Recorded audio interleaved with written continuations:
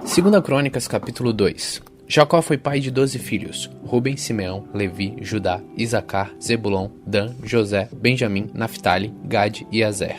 Judá foi pai de 5 filhos ao todo. A sua mulher cananeia, que se chamava Bet-sua, lhe deu 3 filhos: Onã e Selá. O filho mais velho, era tão mau que o Senhor Deus o matou. Tamar, a nora de Judá, lhe deu mais 2 filhos, Pérez e Zera.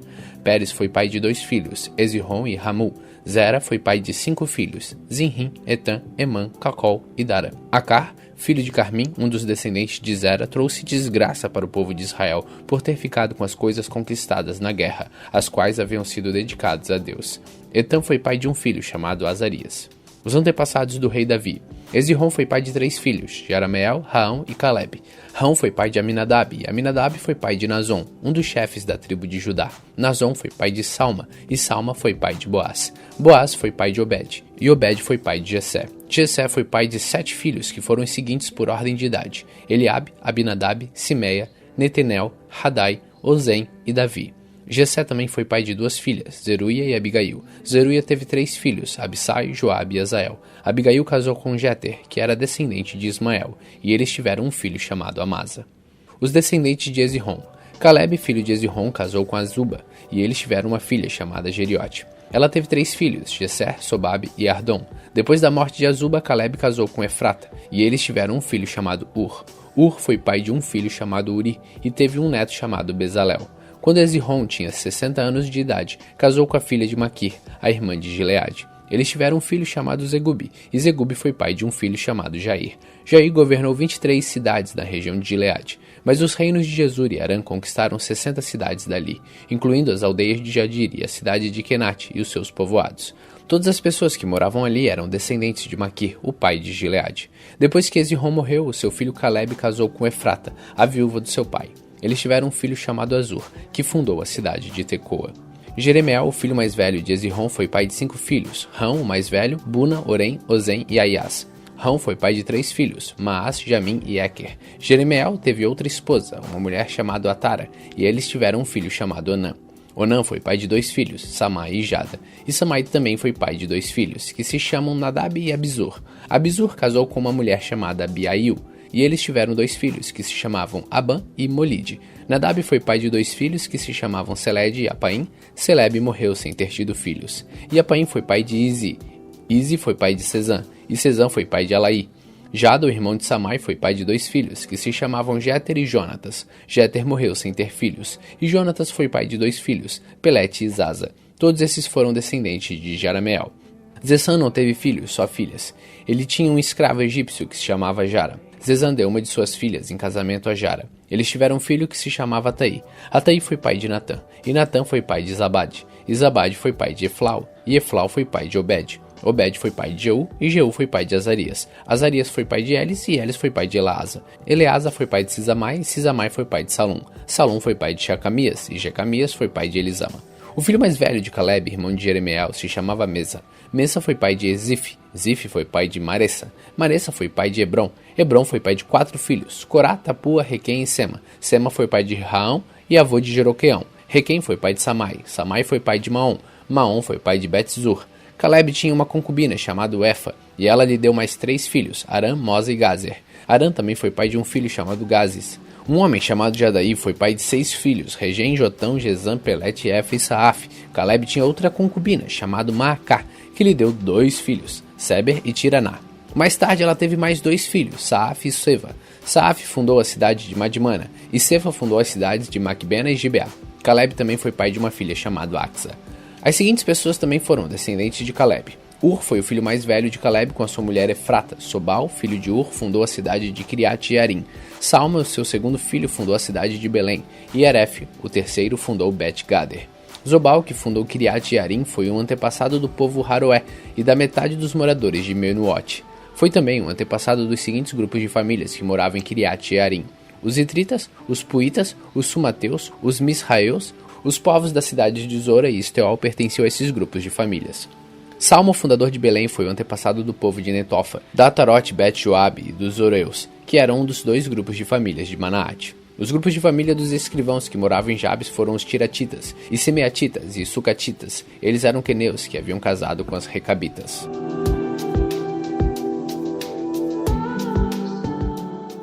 1 Crônicas capítulo 3. Os filhos do rei Davi. São estes por ordem de idade os filhos de Davi que nasceram quando ele estava em Hebrom.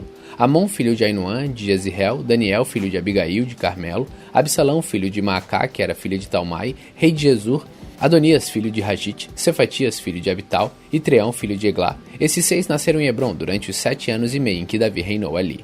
Ele reinou 33 anos em Jerusalém, e muitos filhos deles nasceram ali. A sua mulher Betseba, filha de Amiel, lhe deu 4 filhos, Samua, Sobabe, Natã e Salomão.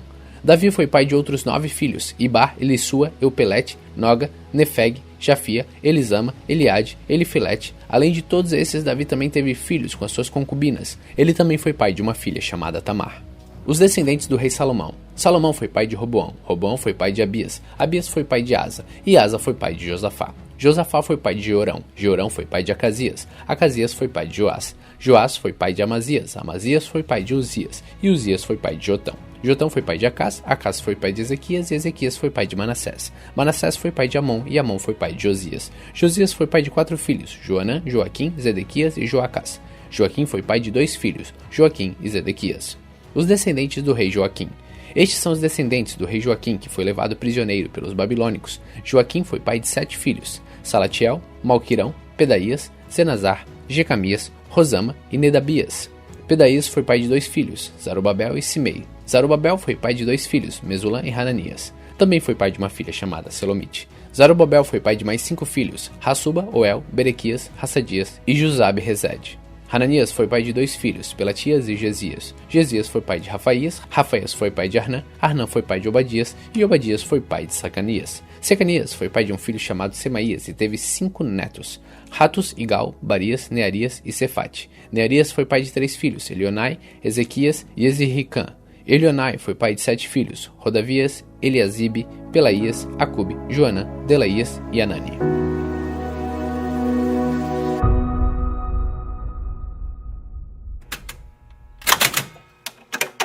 Provérbios capítulo 25. Aqui estão mais alguns provérbios de Salomão escolhidos e copiados por homens que estavam a serviço do rei Ezequias de Judá. Respeitamos a Deus por causa daquilo que Ele esconde de nós, e respeitamos as autoridades por causa daquilo que elas nos explicam. Você nunca sabe o que um rei está pensando. Os pensamentos deles estão fora do nosso alcance, assim como as alturas do céu ou as profundezas da terra.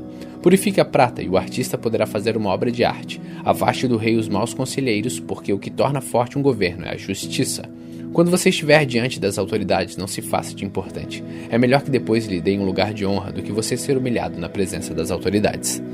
Não tenha pressa de ir ao tribunal para contar o que você viu. Se mais tarde outra testemunha provar que você está errado, o que é que você vai fazer? Defenda sua causa contra o seu vizinho, mas não revele nada que alguém lhe tenha contado a respeito do assunto. Do contrário, todos ficarão sabendo que vocês não conseguem guardar segredos, e você nunca mais se livrará desta vergonha. A palavra certa na hora certa é como um desenho de ouro feito em cima de prata.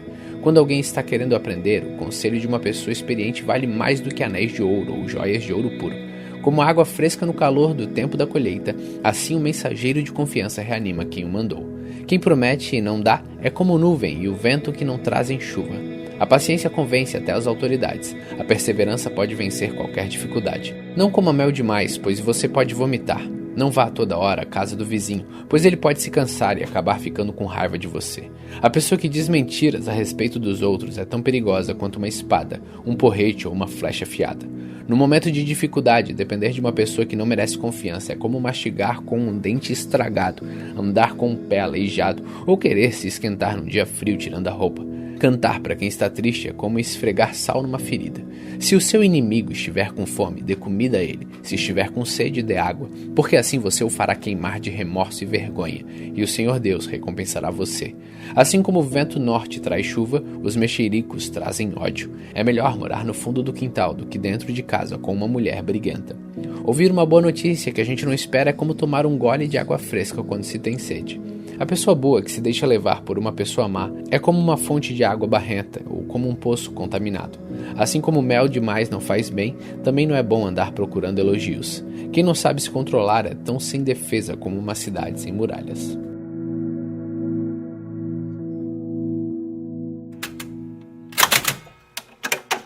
Apocalipse capítulo 3.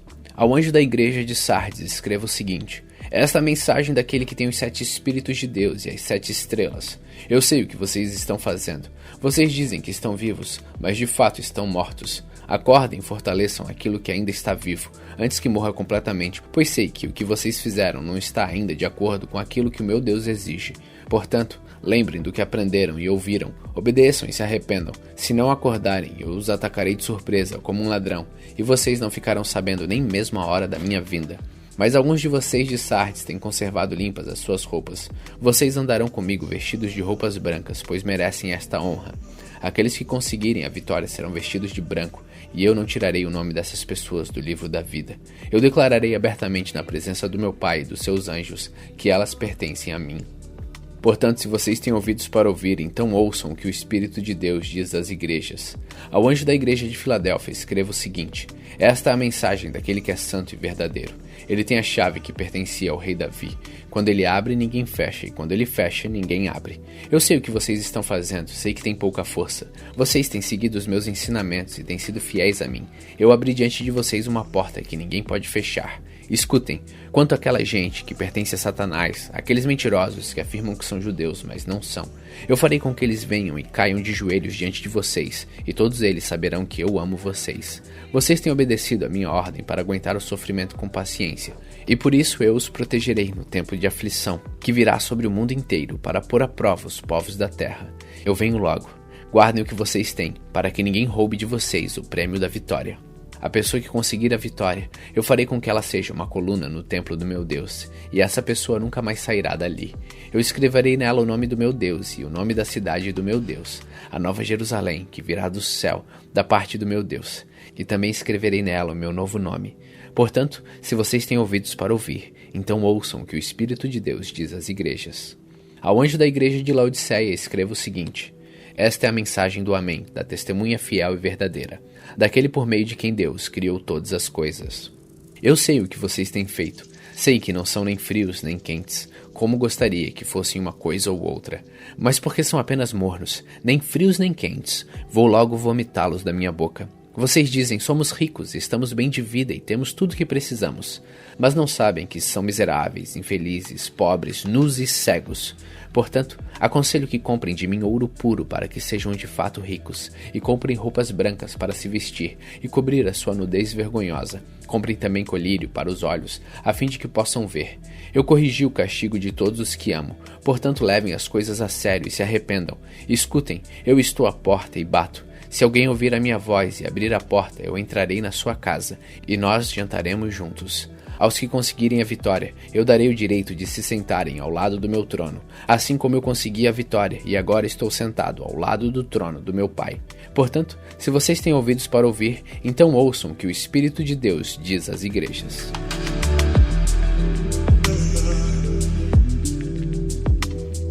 Apocalipse capítulo 4. Depois disso tive outra visão, e vi uma porta aberta no céu, e a voz que parecia o som de uma trombeta, e que antes havia falado comigo disse: suba aqui, e eu mostrarei a você o que precisa acontecer depois disso. Num instante fui dominado pelo Espírito de Deus, e ali no céu estava um trono com alguém sentado nele, e o seu rosto brilhava como brilham as pedras de jaspe e sárdio, e em volta do trono havia um arco-íris que brilhava como uma esmeralda. Ao redor do trono havia outros 24 tronos, dos quais estavam sentados 24 líderes, vestidos de branco com coroas de ouro na cabeça. Do trono saíam relâmpagos, estrondos e trovões. Diante dele havia 7 tochas acesas, que são os 7 Espíritos de Deus, e em frente do trono havia uma coisa parecida com um mar de vidro, claro como cristal. E em volta do trono, em cada um dos seus lados, estavam 4 seres vivos cobertos de olhos, na frente e atrás, e o primeiro desses seres parecia um leão, o segundo parecia um touro, e o terceiro tinha a cara parecida com a de um ser humano, e o quarto parecia uma águia voando. Cada um desses 4 seres vivos tinha 6 asas que estavam cobertas de olhos nos 2 lados, e dia e noite não paravam de cantar assim: Santo, Santo, Santo, é o Senhor Deus, o Todo-Poderoso, que era, que é e que há de vir. Cada vez que os 4 seres vivos cantavam hinos de glória, honra e agradecimento ao que está sentado no trono e que vive para todo sempre, os 24 líderes caíam de joelhos diante dele e o adoravam. Atiravam as suas coroas diante do trono e diziam: Senhor nosso e nosso Deus, Tu és digno de receber glória, honra e poder, pois criastes todas as coisas. Por Tua vontade, elas foram criadas e existem.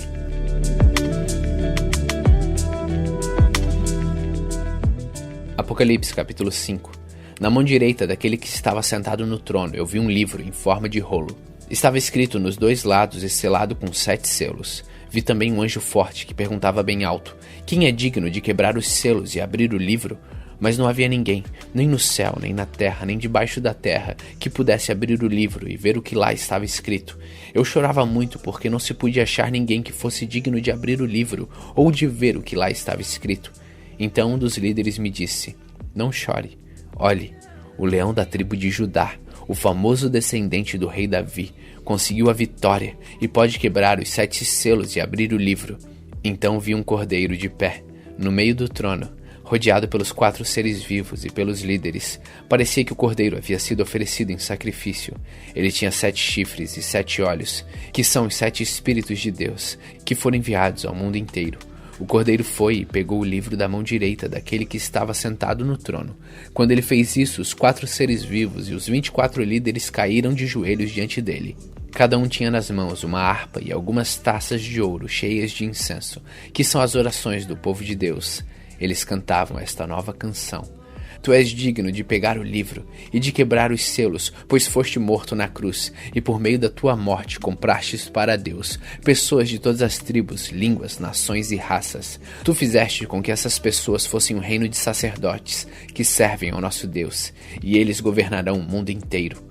Olhei outra vez e ouvi muitos anjos, milhões e milhões deles. Estavam de pé em volta do trono, dos 4 seres vivos e dos líderes, e cantavam com voz forte: o cordeiro que foi morto é digno de receber poder, riqueza, sabedoria e força, honra, glória e louvor.